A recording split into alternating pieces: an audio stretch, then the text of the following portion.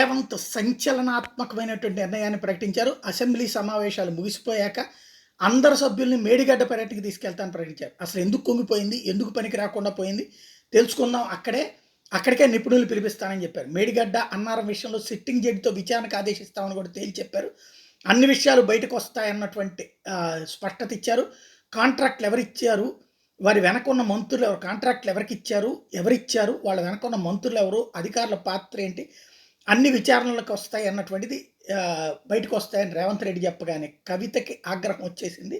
మేడిగడ్డ ఏమైనా tourist spot అందరినీ తీసుకెళ్ళడానికి నిపుణుల ఆధ్వర్యంలో కమిటీని తీసుకెళ్ళండి, మాకు ఎట్లాంటి అభ్యంతరం లేదు అంటుంది. అంటే భయం పుట్టుకొచ్చిందా? ఎందుకంటే వీళ్ళు పంపించలేదేంటి జర్నలిస్టులని, మేధావులని, వాళ్ళందరినీ కాళేశ్వరం పూర్తి చేసినటువంటి సందర్భం. ఆంధ్రప్రదేశ్ ముఖ్యమంత్రి జగన్మోహన్ రెడ్డిని కూడా పిలిచారు, అందరినీ పిలిపించారు కదా. వీళ్ళు పిలిస్తేనేమో శృంగారం, అవతలోడు చేస్తే విచారం అవుతుంది. ఇంకోటి ఎందుకు కుంగింది అంతమంది ఉన్నప్పుడు? అది ఇదంతా బాగానే ఉందనుకుంటాడు ఎవడన్నా. ఆ లోపల ఉన్నది లోతు వీళ్ళు తీసుకెళ్ళిన వాళ్ళు ఎవరైనా చూస్తారా? ఇప్పుడు శాసనసభ్యులు అయితే ప్రాబ్లం ఏంటి అంటే అది కుంగిన విషయం బయటపడుతుంది, చర్చకు వస్తుంది. మొన్న ఎలక్షన్స్ ముందే చర్చల్ని ఆపగలిగినటువంటి మేధావులు వీళ్ళు. ఇప్పుడు వణుకు పుడుతోంది.